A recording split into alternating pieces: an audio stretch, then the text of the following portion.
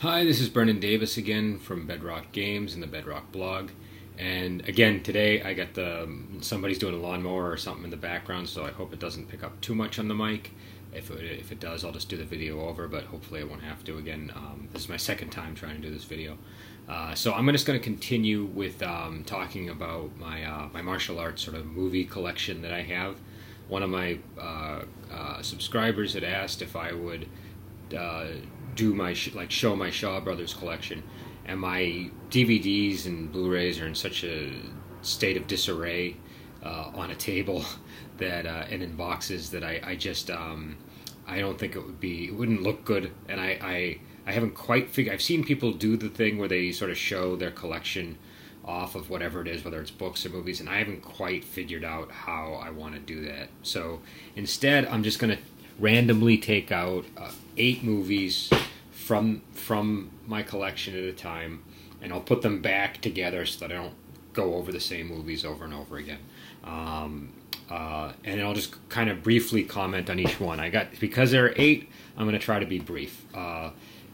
Sometimes I'll fail, but I'm hoping to keep these videos at least under 12 minutes. But we'll see how it goes. So the first one is Drunken Master with Jackie Chan, and this is a Yuan Wu Ping film. This is really good. You probably already know about this one. It's an outstanding movie. It's hysterical. It's got some of the greatest sort of kung fu humor scenes that you'll see. And Jackie Chan is, I think, just a really incredible physical performer. So I don't think I've ever not liked one of his movies, unless it was like a later one where he didn't really do much, but otherwise, I mean, especially anything from this era, he's always enjoyable to watch, and especially by this time period. So this is a great movie, and I believe it's a cast sequel to another film, which was the first Jackie Chan movie I ever saw, called Snake and the Eagle's Shadow, and that has a lot of the same actors in it, but it's a different storyline, slightly different plot, and it's just as hysterical in my opinion. It's a little more grainy. I kind of like the snake. It's a snake kung fu film, and I kind of like the way that Jackie Chan does that. It looks really cool to me, and the opening's kind of memorable. This one is, I believe, a Wong Fei-hung movie, so it's part of that sort of. There's a lot of movies that are based on that character. It's been a long time since I've seen this. But I'm pretty sure that he plays a variation of Wong Fei-hung, or either a relative or a descendant. I don't know. I have to watch it again to really confirm that. But I remember that being a part of the movie. If that's wrong, I'll correct it in the things below. So the next one, this I can't recommend this one to anyone. This is Game of Death 2. So you might already know about Game of Death, the first movie that came out, and that's like a really misguided exploitation of Bruce Lee's remaining footage. It's still worth watching because there is like 15 minutes of solid fight scene with Bruce Lee in it, but it's just so, I don't know. To me, I mean, I'm just a viewer, but to me it just came across when I saw it as incredibly disrespectful because they not only they have some actor pretending to be him wearing sunglasses and the yellow tracksuit. The tracksuit from Kill Bill comes from Game of Death. Not only they have him, an actor sort of pretending to be him, which is one thing, kind of like a Plan 9 from Outer Space with Bela Lugosi type thing. But the means that they go to, like at one point, he's standing in front of a mirror and they just paste a picture of Bruce Lee onto the mirror itself as he's talking to some guy behind it. It's really bad. It's really bad. But what's weird about it is it's a very well-produced movie. So it's got this gorgeous soundtrack. It opens like a James Bond movie, probably because Enter the Dragon was a little James Bondy, and it's well shot. But I mean, it's just and the first time I saw it, I had no knowledge of the history of the movie, so I thought. For about 10 minutes, I thought it was Bruce Lee, and he was just wearing sunglasses, and it took me a little while to figure it out. And then, but after about 10 minutes, there's just no way that you know something's up.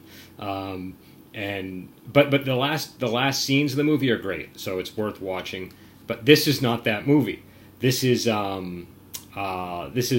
sequel to that movie based on additional like leftover footage from Enter the Dragon, I believe.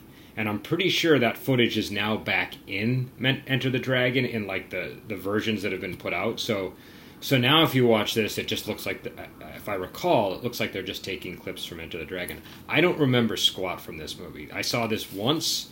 Once was enough. I didn't like it. I saw it purely for the novelty value. I don't think that it's even worth seeing for that. It was a horrible movie, and it's only peripherally related to either Bruce Lee or Game of Death. So I can't recommend it, but it's a curiosity. It's interesting. I mean, if you know anything about like the what do they call them, the Bruceploitation movies, this is one of them, and there are certainly many more. Where they have actors who Bruce Lee but spelled with an EI, or spelled with an I, just all kinds of things. I think even Jackie Chan might have gotten his start that way. But anyways, so this is Game of Death 2. This is a really good one. I believe Shui Hark produced it. It's a movie starring Jet Li and Bridget Lin. It's based on Smiling Proud Wanderer. It's the second in a trilogy. This version I got, I think obviously they didn't want people to, assume it was a sequel. They wanted you to just buy it thinking it was a self-contained movie. But the rest of the series is absolutely worth checking out. You can just watch this one, though. If you just watch this, they kind of get you up to speed at the beginning, and you don't need to necessarily watch the third one. I think that the third one in the series, which I think I talked about in my last video, is also really great. But this has some excellent fight choreography in it. Bridget Lin is wonderful. She's always great. I don't think she's one of these actors that I've never seen her in a particularly bad role. And in this, she just stands out. She plays, and I went into her character in the last video, so I won't retread that ground. But she plays the eunuch in it, and Jet Li plays sort of the hero. And it just has great angles, great visuals. It's sort of top notch '90s wuxia. I really think this is a fabulous movie, and it's if you only watch one wuxia movie from the '90s, this should probably be it.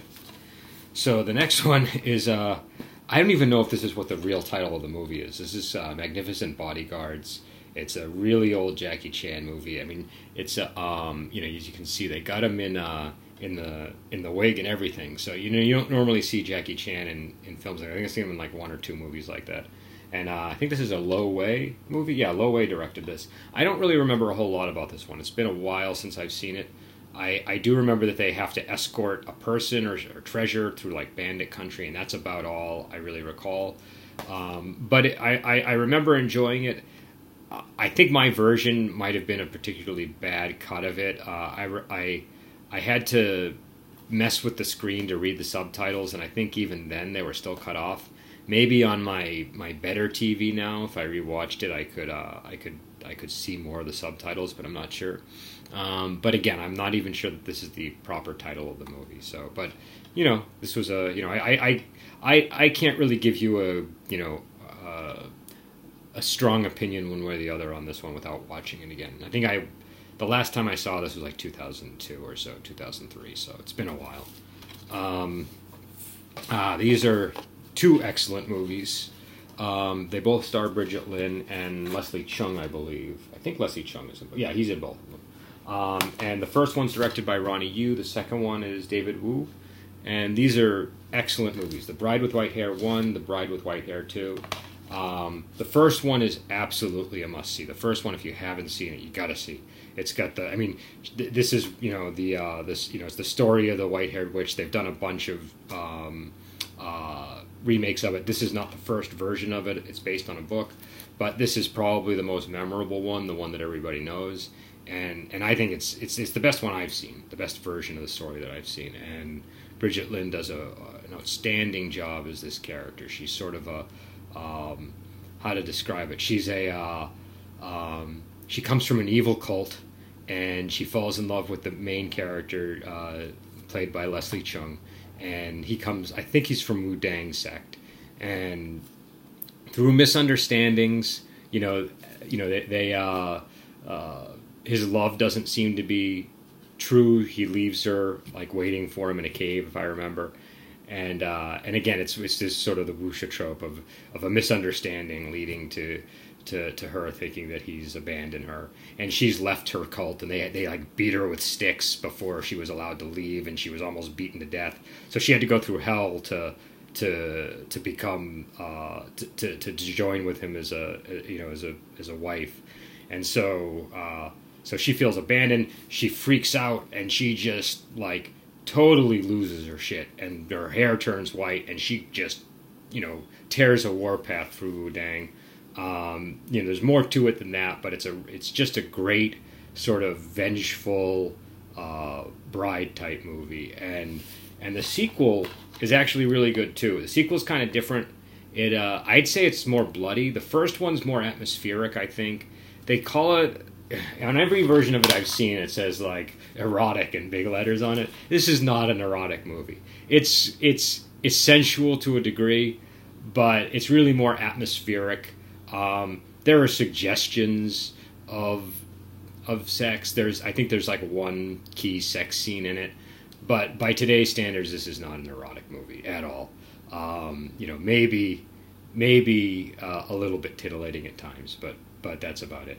But it's a great movie. It's well shot and atmospheric. The second one is also atmospheric, but it's really bloody, and they definitely play up the angle of sort of the men versus women thing way more than in the first one. And this one, it's years later, and Leslie Chung's character has like gone off to the mountains to wait for some flower to bloom so that he can help cure Bridget Lynn's character. I think her name is Ni Chung. I can't remember the name, but I think it's like Ni Chung or something like that. I'll put it in the comments if I'm incorrect on that. But anyway, he tries to get a flower to bloom so that he can cure her. And in the meantime, she's like just on a revenge path against all of Wudang. And she's formed her own sect that is maybe, it looks like it might be built out of some of the remnants of the sect from the first film. And she's just, it's kind of like a men-hating women's cult. And so it's, I don't know, it's a little over the top, but it works. And it's not like a lesbian movie, but there is like hints of that in the film. So it's not like erotic in the way that like the Vampire Lovers might be, but it gets kind of close with some suggestive stuff. And it's a decent movie. I thought it was quite good, and I thought it. I think together they tell a complete story. My understanding is this one really deviates from the source material, though. So there is that, but I enjoyed both of them. So let's see here. The next one is House of Flying Daggers, which I'm sure you know.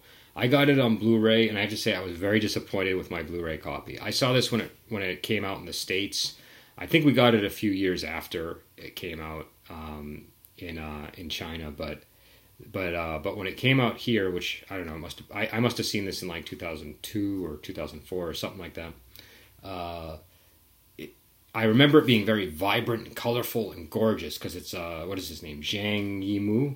Yeah, Zhang Yimou is the director. He did Curse of the Golden Flower, which is beautiful. He did Hero, which I'm sure you've seen, and that's also beautiful. He's got a very Chor Yuen style of directing, and he doesn't just do wuxia, he does all kinds of movies. But this movie I remember being so gorgeous when I saw it, and I liked it better than Hero. I liked it better than Curse of the Golden Flower. This one, I just thought it had a nice simple plot, and it looked wonderful, and the fight scenes were great. But the Blu-ray that I got, the colors are all kind of muted, and so I don't know if it's because the film just hasn't been well preserved, or if it's my particular Blu-ray. I mean, this is a solid Blu-ray. It's not like I don't think it's it's from the company. There's nothing wrong with it, but the colors were just kind of muted. So I was a bit disappointed to see that, and I'm curious if anybody else has purchased Blu-rays of it or DVDs of it lately, whether they found the same thing. I just want to know, because I remember the colors being so vibrant and gorgeous, and half the reason to see the movie. And in my version, it was muted, and that bugged the crap out of me. So the next one is a really good movie.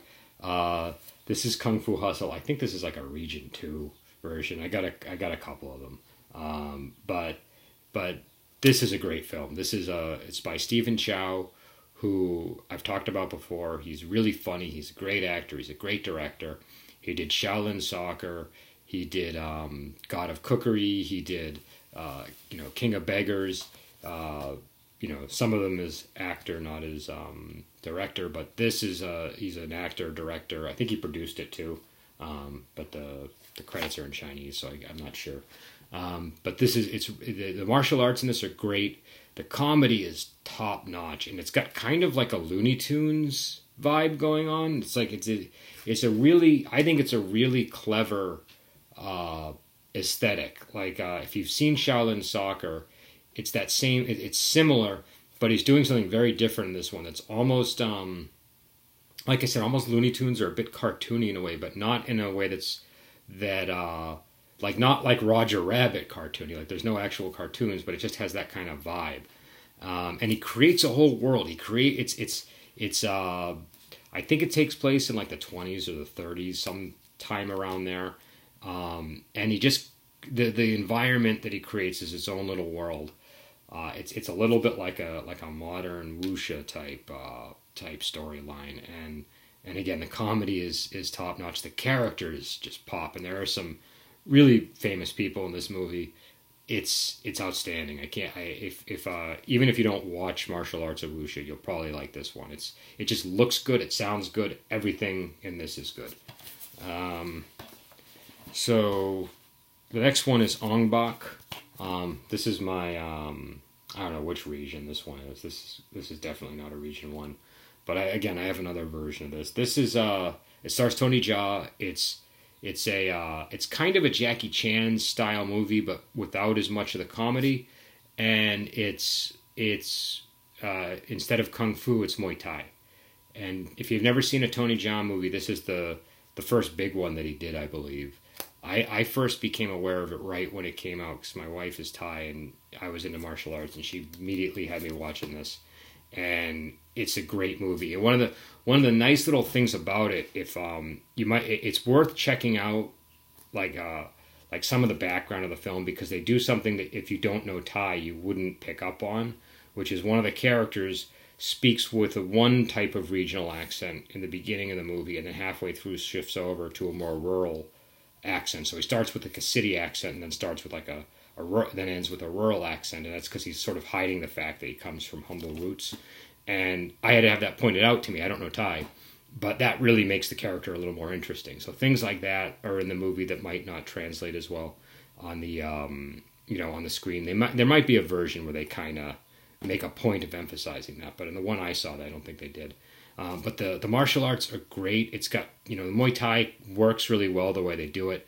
And Tony Jaa is just so athletic, and he's a lot like Jackie Chan. He's just like the dedication to perfection is just is top level, and the stunts are outstanding. So this is a really good movie. There was a follow up to this. There's a series of sequels, Ongbak 2 and Ongbak 3, but there's also a cast sequel that is based on his character, and the other guy, I had to write his name down, Pechai Wongkom Lao, I think his name was. He's kind of like a famous Thai comedian. He plays like the sidekick. And so the sequel to this was Dom Young Goong, and that's also really great. It's sometimes called The Protector in the U.S. I would recommend, if you get Dom Young Goong, number one, it's more of a sequel to this in my opinion than the Ongbak 2 and 3 are. I like Ongbak 2 and 3, but I think Dom Young Goong feels more like this movie. But if you get it, get Dom Young Goong and get like the Thai version with the English subtitles. Don't get the one that was released in the States, because they change a lot. And if I recall, and my memory could be fuzzy on this, but if I remember, the main villain in the movie is and I don't want to give anything away, so I won't reveal, but they completely changed the main villain of the movie in the American version versus the Thai version, and it's for a really stupid reason. and it completely changes the character. Like at a very, very important level, it changes the character. So if you get it, get the Dum Young Goon version, not the Protector version, and make sure it's the one that hasn't been tweaked for American audiences. But this one is great. You should definitely watch it. It's funny. It's action packed. It's very Thai, but it's got a lot of that sort of Jackie Chan type style to it. And I think that's everything. Did I go over them all? Yep, I went over all of them. So that's 8 movies in 20 minutes. All right, I'm going to try to keep these things down more. Next time I'm not going to let myself meander the way I did. So I will be online again with a video half this long about my movies next time, but it'll be just as many films. All right, have a good day.